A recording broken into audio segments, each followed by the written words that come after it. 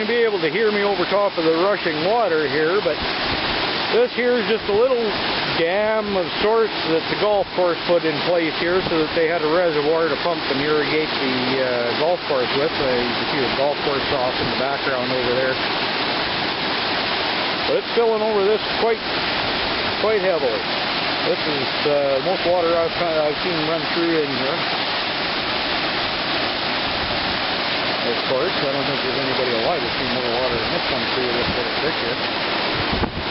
Now back off in the distance over this way here, there's a little bridge that kind of restricts the amount of water that's coming in from this little creek here.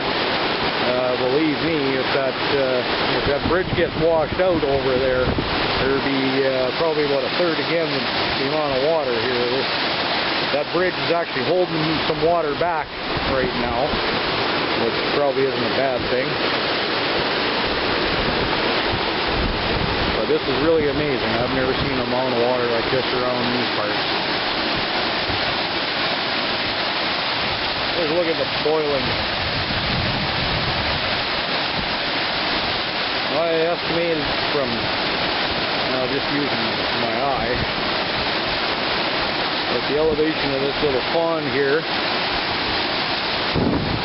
down to the corner, down over there, it probably is about 6 feet elevation here.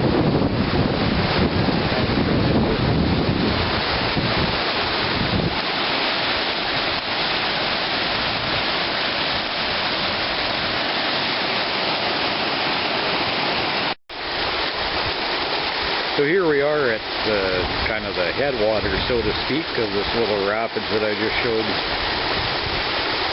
And you can tell this kind of just snakes around here. It's real lazy up to this corner here, and then it starts to gain a little bit of speed once it rounds that corner. And then there's a bit of an elevation drop over in here. And it extends quite a ways downriver. Now you recognize that spot right in the middle of your screen there. It's that little undercut bank that I was just showing you. Landmark tree of mine. I'd guess that'd be about 130, 140 yards away. So this is nice little natural sluice box right in through here. It'd be nice to get down at the bottom of this and do a little bit of dredging. You can kind of see the muck I got to walk through. And a smart man would take this high ridge over by the fence line here. But I'm a prospector with a sense of adventure, so I'm going to go out the same way I came in. I've only come to the rim of my boots, so I'm fine. Some of you might recognize this tree as the opening scene in my Gold Digging with Greg 2. Gold Digging on Cirrus Part 2.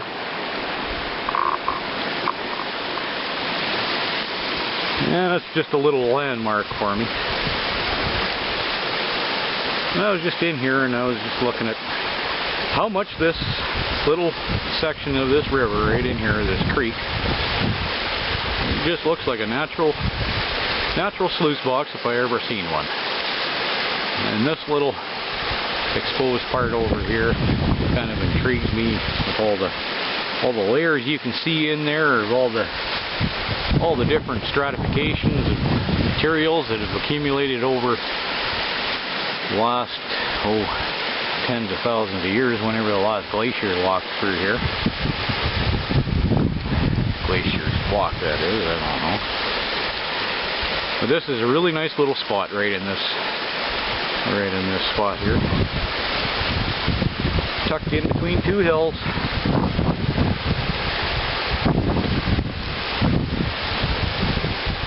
And this is where the Cirrus River had diverted around this hill behind me in two different channels.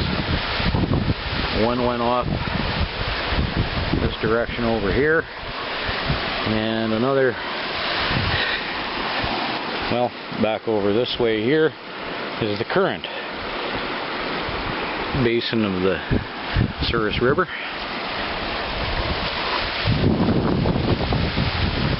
I really like this little spot right in here. It's nice and close to home. Never thought I'd see water run like this around home, but here we are. And like I say, gold is where you find it, and sure it'd be nice to have a little spot where a guy can go nights and weekends and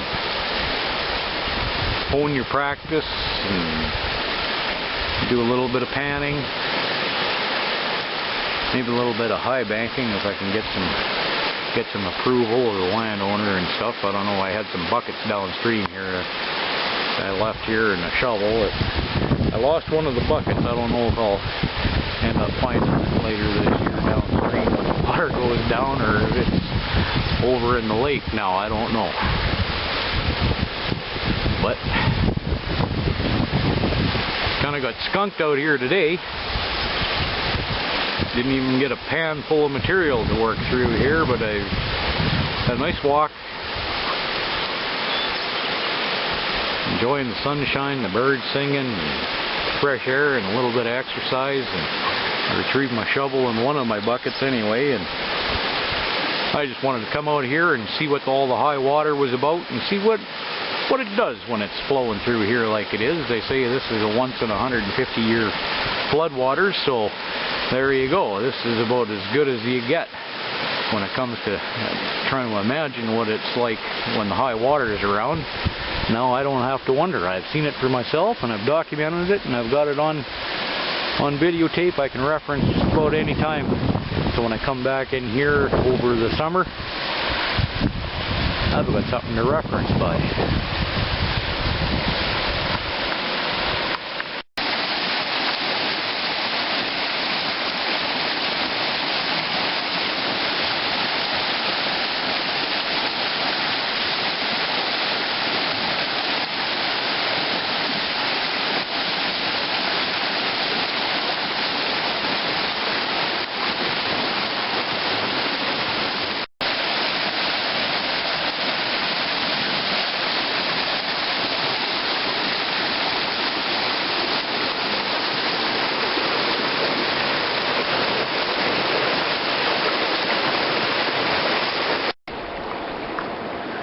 So here we are out on the claim again, and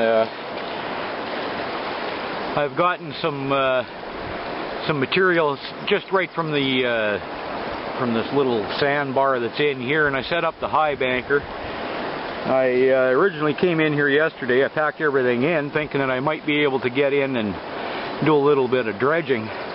The spot I want to dredge, though, it's on the other side of the river, and I got no way of getting over there, and the water's running pretty fast through that area, so I'm going to hold off for a little bit on that little spot there. But I also found this little seam just about 15 yards down the river bank there, just pretty much right over top of the hopper, and it's got a couple of these little gravel seams in here. It's basically an extension of the gravel seam that's over on this side here. There's some thin banding in there, and there's a lot of black rusty sands that are in those layers, so I'm doing a little bit of testing there. Now I took some off of the sandbar here, and I ran, I don't know, maybe about 10 gallons worth of material here, and I did a cleanup, and I've got those concentrates separate so that I know what I've got out of that spot there. And then I'm going to run some more out of this little bank over here, and who knows, all depending on the weather here. We got a little sprinkle of rain here this morning. It looks like it might rain some more again. Who knows? It's supposed to get up to 30 today. I don't mind a little bit of cloud cover, that's for sure. Keeps the sun off my head and keeps a guy from dying of heat exhaustion out here. So I'm going to be at her all day if I can. Got out here at about 7 o'clock here this morning and got the high banker all set up, and I'm working like crazy here to try to find some more of that yellow. And Now we'll see what this little spot has in store for us. Just so I got a reference point on one more spot, and kind of map out this little creek here. And who knows, it might be one of these creeks where after some high water like this, if a guy comes back in here and first week of September or whatever, and just goes back up and cleans out behind some of the larger rocks and some of the more rapidly moving water here, we might get all that we're going to get out of this without busting our backs too awfully bad. The gold here is really super fine, so you got to move a lot of material to get even a little bit.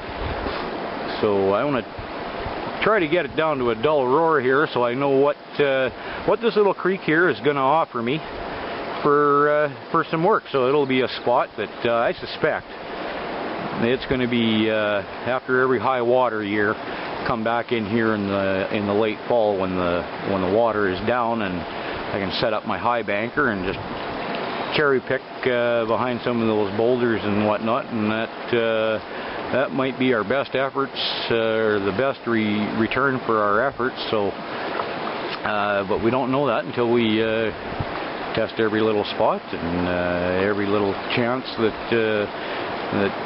gold has been put in here at not only this year, but in eons past, when glaciers were melting around these two hills, and this stream has been reworking this material. It's hard to say. You don't know unless you get your feet on the ground, as they say. So I just went and I grabbed another my first bucket from over in this other bank over here.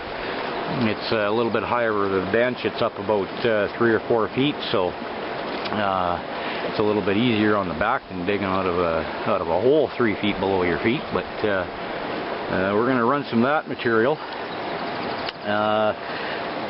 And no, I don't know, depending on what the day's like here, I don't know, I might just work all day in this little bank here and try to define that seam, see if it thickens out any over on this side compared to the other side. I can see quite clearly what it's doing over here, you know, and all those bands there, those are basically the pulses of outwash over the years,